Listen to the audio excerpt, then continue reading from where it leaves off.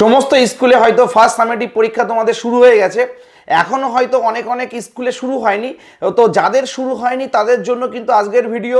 এই ভিডিওতে মূলত আমরা তোমাদেরকে দেব সেই সব কোয়েশ্চেনগুলো যেগুলো তোমাদের এবছর যারা মাধ্যমিক পরীক্ষার্থী রয়েছে এবং যারা 40 নম্বরের পরীক্ষা দিতে স্কুলে যাচ্ছ ফার্স্ট সামেটিভ, তো তোমরা শেষ মুহূর্তে ফিজিক্যাল সায়েন্স থেকে এই কোয়েশ্চেনগুলো একবার হলেও দেখে যেও। তার কারণ অনেক কোয়েশ্চেন আছে, তার মধ্যে থেকে কিছু বাছাই করা কোয়েশ্চেন আমি তোমাদেরকে দিচ্ছি। তো এই কোয়েশ্চেনগুলো তোমরা কিন্তু অবশ্যই দেখে যাবে।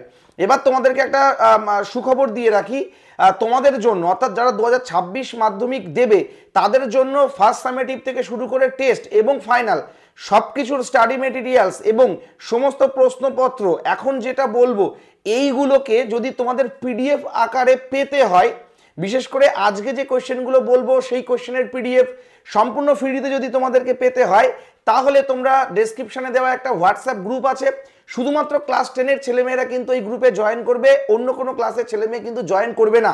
তাই তোমাদেরকে বলবো যারা সারা বছর 2026 মাধ্যমিক পরীক্ষার্থী যারা সারা বছর আমাদের সাথে জুড়ে থাকতে চাও তারা অবশ্যই কিন্তু এই গ্রুপে জয়েন হতে পারো। গ্রুপে জয়েন হতে কোনো টাকা লাগে না, সম্পূর্ণ ফ্রি অফ কস্ট। সেখানে আমরা তোমাদেরকে বিভিন্ন কোয়েশ্চেন, বিভিন্ন প্রশ্ন, বিভিন্ন উত্তর এবং বিভিন্ন সাজেশন কিন্তু দিয়ে তোমাদেরকে সাহায্য করব। তো এইটুকু তোমাদেরকে বলে রাখলাম। বাট এইটুকু বলে রাখি যে কিভাবে পাবে আজকের যে পিডিএফটা সেটা কিভাবে ফ্রিতে পাবে সেটা কিন্তু বলবো, বাট ভিডিও চলাকালীন কোনো না কোনো একটা জায়গায় বলবো। তাই আগে প্রশ্নগুলো জেনে নাও, তারপর না হয় আজকের পিডিএফটা কিভাবে পাবে সেটা জিজ্ঞাসা করবে। ওকে, তোমাদের পরিবেশের জন্য ভাবনা রয়েছে প্রথম চ্যাপ্টার। পরিবেশের জন্য ভাবনা থেকে তোমরা যে কোয়েশ্চেনগুলো দেখে যাবে সেটা একটু বলছি, ভালো করে লিখে নাও খাতায়। পরিবেশ ও স্বাস্থ্যের উপর ওজোন স্তরের ধ্বংসের ক্ষতিকারক প্রভাব, ওজোন স্তর ধ্বংসে এনও এবং সিএফসি গ্যাসের ভূমিকা, বিশ্ব উষ্ণায়ন কি এর ক্ষতিকারক প্রভাব, স্থিতিশীল উন্নয়ন কাকে বলে, গ্রিন হাউস এফেক্ট কি ক্ষতিকারক প্রভাব লেখো, তাপন মূল্য কি এর একক, সৌরশক্তি ব্যবহারের সুবিধা ও অসুবিধা, বায়োফুয়েল কি এর ব্যবহার লেখো, বায়োগ্যাস কি এর উপাদান লেখো, মিথেন হাইড্রেট কি, ওজোন গহ্বর কাকে বলে, গ্রিনহাউস গ্যাস কি দুটি গ্রিনহাউস গ্যাসের নাম লেখো, এলপিজি এবং সিএনজির পুরো নাম লেখো, এলপিজি এবং সিএনজির পুরো নাম। আচ্ছা, এরপর শর্ট কোশ্চেন যেগুলো রয়েছে সেগুলো তো করে যাচ্ছ।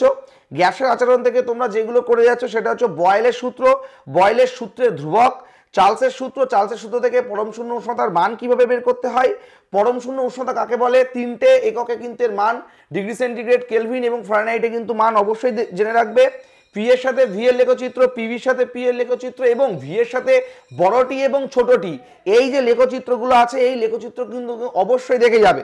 এরপর অ্যাভোগাড্রো সূত্র দেখে যাবে, পিভি সমান সমান এনআরটির সূত্র কি করে প্রমাণ করতে হয় সেটাও কিন্তু অবশ্যই দেখে যাবে। এরপর শুষ্ক বায়ু অপেক্ষা আর্দ্র বায়ু লঘু হয় কেন। আচ্ছা, আদর্শ গ্যাসের সমীকরণ এটাকে বললাম। আচ্ছা, গ্যাসের অণুগুলোর বেগ এবং গ্যাসের চাপের উষ্ণতা কিভাবে সম্পর্ক রয়েছে সেটা অবশ্যই দেখে যাবে।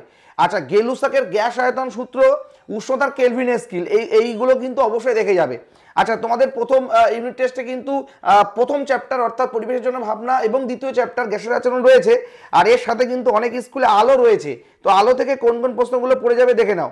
অবতল দর্পণ, উত্তল দর্পণ কাকে বলে, গোলীয় দর্পণের মেরু বক্রতা ব্যাসার্ধ, বক্রতা কেন্দ্র উন্মেষ বলতে কি বোঝো, আলোর প্রতিফলনের সূত্র, স্নেলের সূত্র।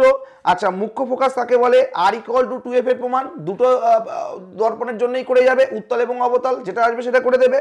আচ্ছা, এরপর আলোর প্রতিসরণের সূত্র দুটো, তার মধ্যে একটা তো বলেই দিলাম, স্নেলের সূত্র অবশ্যই মাস্ট। আচ্ছা, প্রিজমের ক্ষেত্রে প্রমাণ I1 + I2 - এই প্রমাণটা দেখে যাচ্ছ। আচ্ছা, ফোকাস তল এবং ফোকাস দূরত্ব কি অবশ্যই দেখবে। আচ্ছা, এরপর হাইপারমেট্রোপিয়া মায়োপিয়া কি এর সমাধান, অতিবেগুনি রশ্মি, এক্স রশ্মি, গামা রশ্মি এর ব্যবহার। আচ্ছা, গাড়ির হেডলাইটে কি ধরনের দর্পণ ব্যবহার করা হয়, এটি কেন ব্যবহার করা হয় অবশ্যই জানতে লাগবে। উত্তল লেন্সের ফোকাস দৈর্ঘ্যের চিত্র সহ সংজ্ঞা দাও। আচ্ছা, এরপর তোমাদের রয়েছে কিন্তু পর্যায় সারণী এবং মৌলের ধর্মের পর্যাবৃত্ততা। তো সেখান থেকে তোমরা যে সূত্রগুলো দেখে যাবে সেটা হচ্ছে পর্যায় সূত্র, আধুনিক পর্যায় সূত্র, হাইড্রোজেনকে দুষ্টু মৌল বলা হয় কেন, আয়োনাইজেশন শক্তি কি, তড়িৎ ঋণাত্মকতা কি, গলনাঙ্ক, স্ফুটনাঙ্ক মানে কেন হয়, মানে যেটা তোমাদের সেকেন্ড চ্যাপ্টারের কোশ্চেনটা রয়েছে কিন্তু, যে আয়নীয় যৌগ এবং তৈজয়ী যৌগগুলোর মধ্যে কাদের গলনাঙ্ক বা স্ফুটনাঙ্ক বেশি কম, এটা প্রথম চ্যাপ্টারের মানে পর্যায় সারণী। আর আমি দ্বিতীয় চ্যাপ্টারটা একসাথে বলছি যেহেতু, তাই দুটো কোশ্চেনটা কিন্তু আলাদা, মানে প্রথম চ্যাপ্টারে ছিল না, এটা সেকেন্ড চ্যাপ্টারে তোমাদের মানে আয়নীয় এবং সমযোজী যৌগ, তাই এটা দেখে যাবে। আচ্ছা, এরপর তোমরা যেটা দেখবে ইলেকট্রন আসক্তি কাকে বলে, সেকেন্ড চ্যাপ্টার বলছি কিন্তু। আচ্ছা, lithium, sodium, calcium, magnesium, sodium, fluoride, এদের গঠন অবশ্যই জেনে যাবে। NaCl এর আণবিক ওজন 58.5, কথাটির অর্থ কি? Most important question. NaCl এর আণবিক ওজন 58.5, কথাটির অর্থ। অষ্টক সূত্রের ব্যতিক্রম, লুইস ডট দেখে যাবে, যে কোনো একটা লুইস ডট করতে দেবে, বিশেষ করে NH3, N2, এগুলো বেশি বেশি দেখে যাবে। CO2। আচ্ছা, তড়িৎ বিশ্লেষণ কাকে বলে? তড়িৎ বিশ্লেষণ তোমাদের হয়তো পরীক্ষায় নেই, তাই এখান থেকে আর দিলাম না। তো মোটামুটি তোমরা এই কটা কোয়েশ্চেন দেখে যাও। আর এখান থেকে যেটা বলবো আর একটা কথা, যে তড়িৎযোজী যৌগগুলো উচ্চ গলনাঙ্ক বিশিষ্ট হয় কেন, বা লবণের গলনাঙ্ক কত, এই টাইপসের কোয়েশ্চেনগুলো কিন্তু অবশ্যই দেখে যাবে।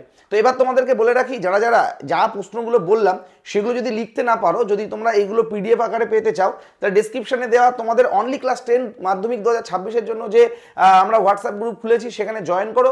আর সেখানে তোমরা সারা বছর থাকবে, সেখানে কিন্তু তোমাদের সমস্ত কিছু দিয়ে আমরা সাহায্য করব। তো ভালো থেকো সবাই। পরীক্ষা কেমন হলো অবশ্যই কমেন্ট করে জানিও। দেখা হচ্ছে তোমাদের সাথে নতুন ভিডিওতে পরীক্ষার পর। ভালো থেকো সবাই, টেক কেয়ার।